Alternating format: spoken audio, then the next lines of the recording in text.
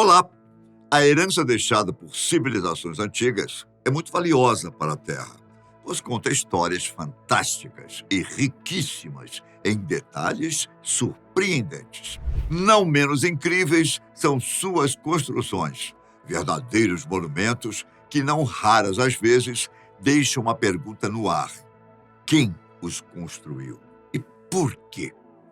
Hoje vamos conhecer alguns destes lugares enigmáticos da história humana, que um dia serviram como templos de adoração, fortalezas ou até mesmo locais de rituais.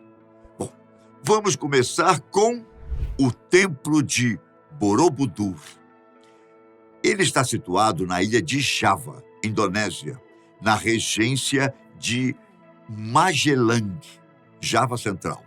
O edifício é frequentemente apontado como o maior templo budista existente e um dos mais importantes monumentos budistas do mundo.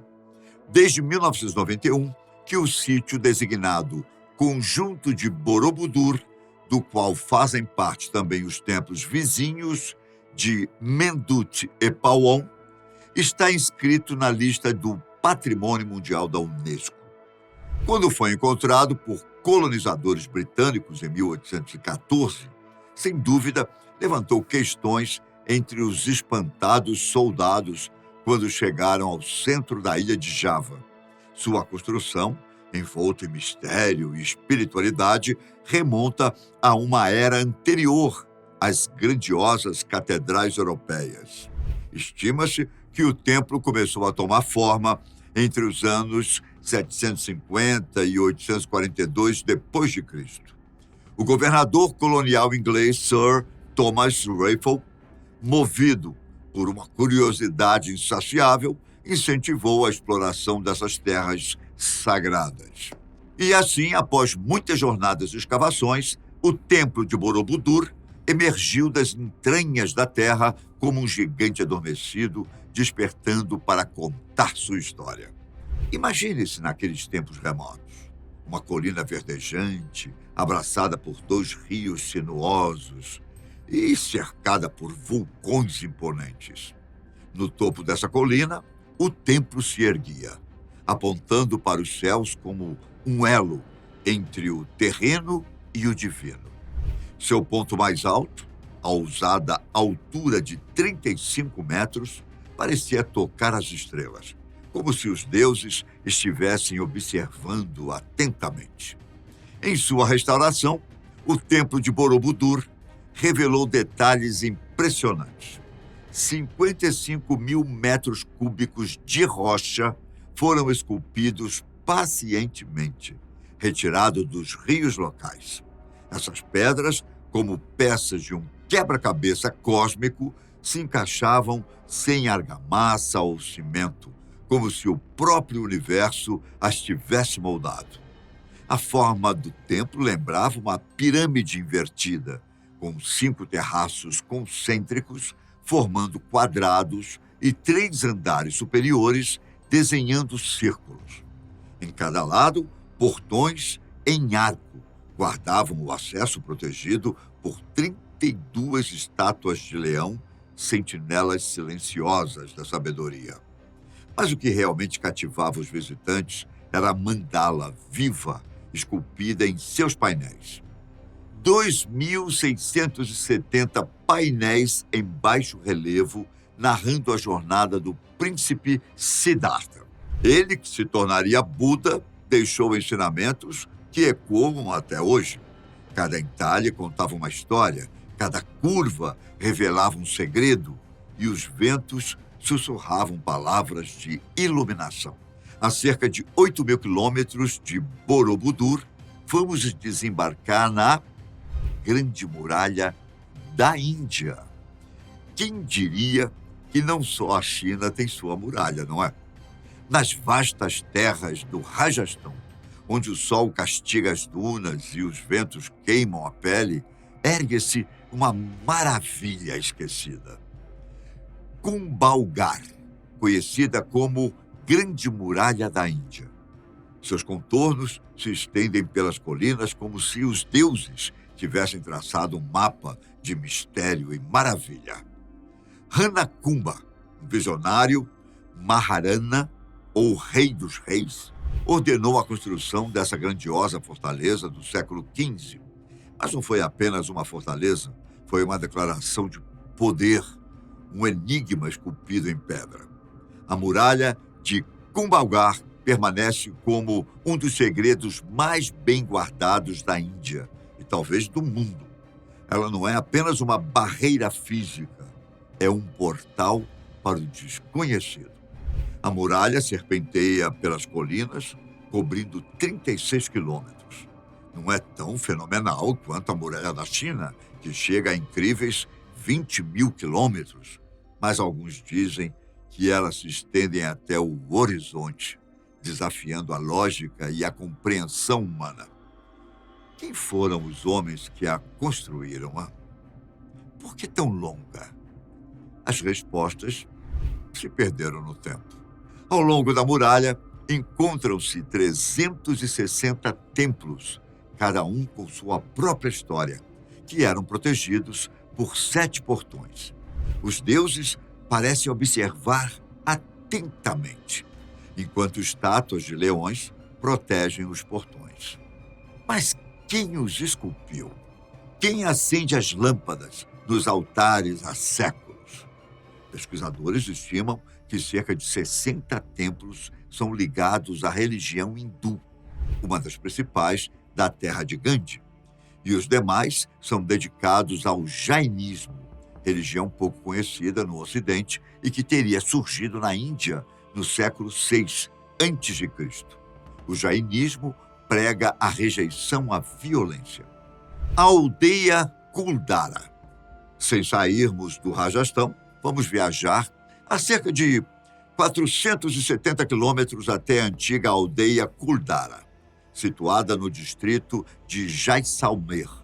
Esta formidável vila, abandonada, é considerada um dos lugares mais assustadores e assombrados do Rajastão e tem uma história estranha, na qual quase ninguém acredita. Kuldara é uma terra deserta por causa da maldição que um ministro imoral recebeu em sua época. Segundo a lenda local, a vila está abandonada desde 1800, por uma maldição que não pode ser quebrada. Um ministro de Estado, chamado Salim Singh, teria visitado a vila e se apaixonado por uma jovem aldeã. Como nem ela e nem a família aceitaram, ele ameaçou sua família. Os aldeões, em protesto, se reuniram e resolveram, em peso, abandonar o local. Além disso, deixaram um feitiço eterno para que ninguém pudesse viver ou procriar naquela terra. E por algum motivo inexplicável, realmente, isso nunca aconteceu. Contam que o lugar hoje é controlado pela Sociedade Paranormal de Nova Delhi. Segundo dizem, a maioria das histórias que as pessoas contam sobre a maldição são verdadeiras. Os detectores e a Caixa Fantasma gravaram as vozes dos aldeões mortos e até revelaram seus nomes. Pessoas que estiveram lá de carro contam ter encontrado arranhões nos veículos, além de pegadas de crianças nas ocasionais lamas. Assustador. O que você acha? O Mausoléu de Belev. O Mausoléu de Belev é um túmulo monumental da era helenística que está localizado perto de Selçuk, na província de Egeu de Izmir. É o segundo maior mausoléu antigo na Anatólia, ligeiramente menor que o edifício mais famoso desse tipo, que é o Mausoléu de Halicarnasso. No entanto, o Mausoléu de Belev está muito melhor preservado do que um dos 7 tesouros do mundo antigo. E olha que história interessante a deste lugar. Há muito tempo, nas areias ardentes da antiguidade, erguia-se um mausoléu de mistério e intriga. Lysimachus, um dos generais de Alexandre o Grande, foi o visionário por trás dessa construção imponente. Mas o destino, como um tecelão de histórias, entrelaçou tragédia e triunfo em sua trama. Lisímacos encontrou seu fim na batalha, lutando contra seu antigo aliado Seleuco I Nicator, na Batalha de Corupédium, perto de Sardes, no ano de 281 a.C. Seu corpo, fielmente guardado por um cão leal, foi encontrado dias depois e enviado a seu filho, Alexandre. E assim, o filho honrou o pai, sepultando-o em Lisimáquia, na Trácia. Uma escolha simbólica, pois Lisimáquia havia sido fundada por Lisímacos durante os preparativos para a guerra contra seus rivais. Mas o mausoléu não se limitou a homenagear um general caído. Antíoco II, ou Teos, o governante da dinastia Seleucida, encontrou seu descanso eterno no mausoléu de Beleve. Seu apelido, que significava Deus, foi concedido pelos habitantes de Mileto. Ele os libertou do jugo de um tirano chamado Timarque. No entanto, a vida de Antíoco II foi marcada por intrigas e veneno. Conta-se que Laodice I, sua primeira esposa e prima, envenenou em 246 AC. Ela, por sua vez, casou-se com outro primo, Seleuco II. As linhas familiares se entrelaçavam como os fios de um tapete persa, e os segredos eram sussurrados nas sombras. Mas o que torna o mausoléu de Beleve verdadeiramente enigmático são suas influências persas. Antíoco II carregava em suas veias o sangue de uma princesa persa, Apã, que havia se casado com Antíoco I Sóter, um dos generais ilustres de Alexandre o Grande.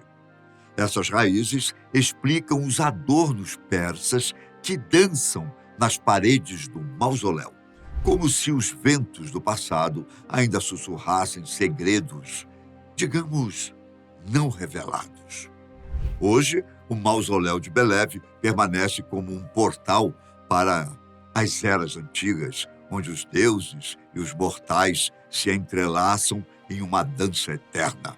E enquanto o sol se põe sobre suas pedras gastas pelo tempo, ele nos convida a desvendar os mistérios que ecoam através dos séculos. As Casas do Dragão.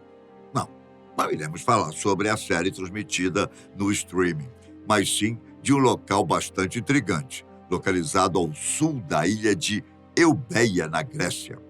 As chamadas Casas do Dragão.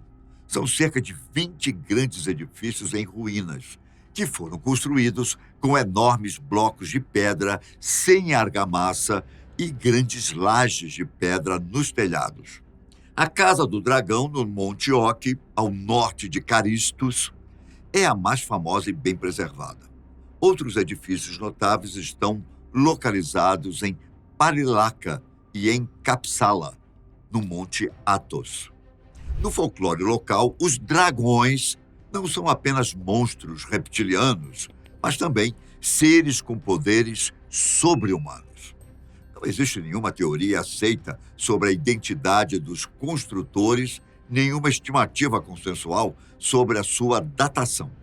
Nenhuma menção é identificada em textos clássicos, e o primeiro relato é do geólogo, viajante e escritor britânico do século XVIII, John Hawkins. O primeiro relato detalhado, depois de Hawkins, vem de 1842 e foi feito pelo arqueólogo alemão Heinrich Ulrich. O estudioso clássico francês Jules Girard visitou Eubéia e descreveu a Casa do Dragão Oque e forneceu descrições adicionais das 3 Casas do Dragão Palilaca. Décadas depois, o arqueólogo suíço Karl Heber localizou todos os edifícios relatados e publicou um relatório em 2010. Nada mais se sabe sobre as casas de pedra construídas sobre os montes. A cidadela de Quelap.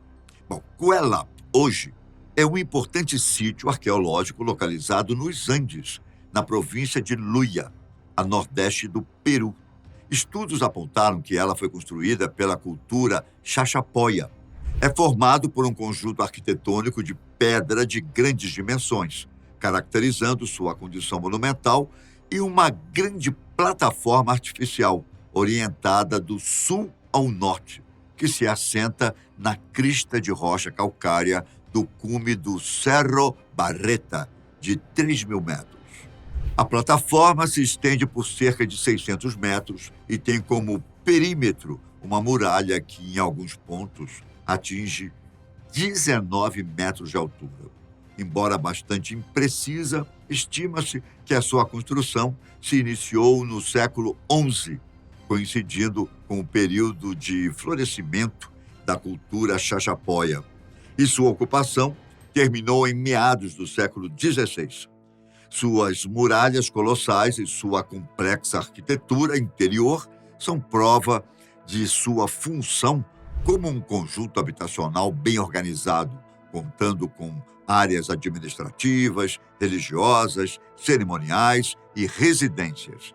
Embora se saiba que Cuelap era uma cidade fortificada, o propósito exato da construção ainda é debatido entre os arqueólogos. Alguns acreditam que era um local de defesa militar, enquanto outros sugerem que também pode ter tido uma função cerimonial ou religiosa.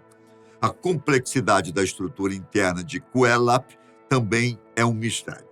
Os arqueólogos continuam a descobrir novos detalhes sobre as ruas, praças e edifícios dentro da cidadela, mas muitos aspectos ainda não foram totalmente compreendidos.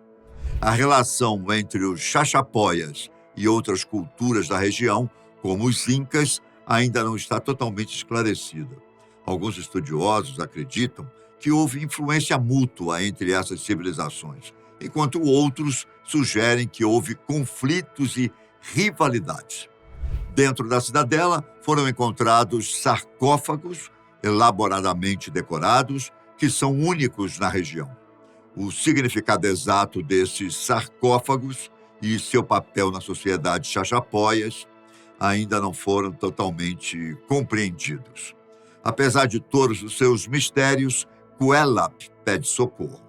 Depois que o governo liberou o acesso de turistas, o sítio arqueológico tem sido frequentemente visitado e, como suas estruturas são bastante antigas, pode ser que isso tenha colaborado para alguns colapsos nas paredes perimetrais.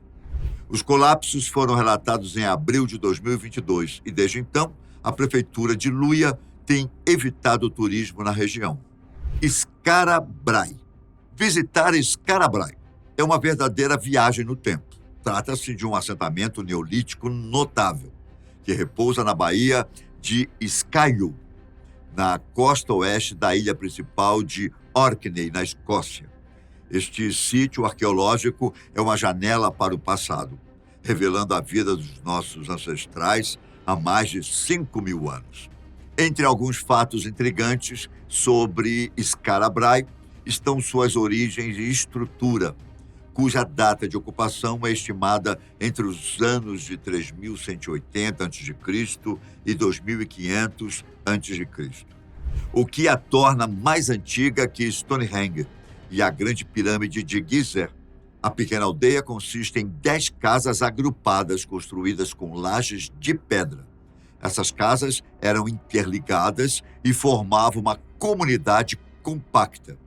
Dentro das casas foram encontradas lareiras de pedra, camas, armários e até mesmo um sistema primitivo de esgoto, com toaletes e drenos. Scarabray é conhecida como a aldeia neolítica mais completa e bem preservada do norte da Europa. Seu excelente estado de conservação levou-a a uma comparação, sendo chamada de a Pompeia escocesa. Assim como as ruínas de Pompeia, Scarabray foi preservada pelas camadas de areia e turfa que a cobriram ao longo dos séculos. Os habitantes de Scarabrai foram pescadores, agricultores e caçadores em pequena escala.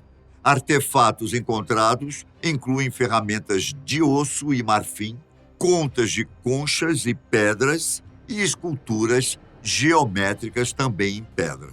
A Unesco declarou Scarabrai como parte do coração neolítico das Órcades, concedendo-lhe o status de patrimônio mundial. Mas, sem dúvidas, essa aldeia pré-histórica continua a fascinar arqueólogos e historiadores. Curtiu? Não se esqueça de deixar o gostei aqui, ok? E também de comentar sobre qual desses lugares achou mais interessante. Eu fico por aqui, um grande abraço e até a próxima. Tchau!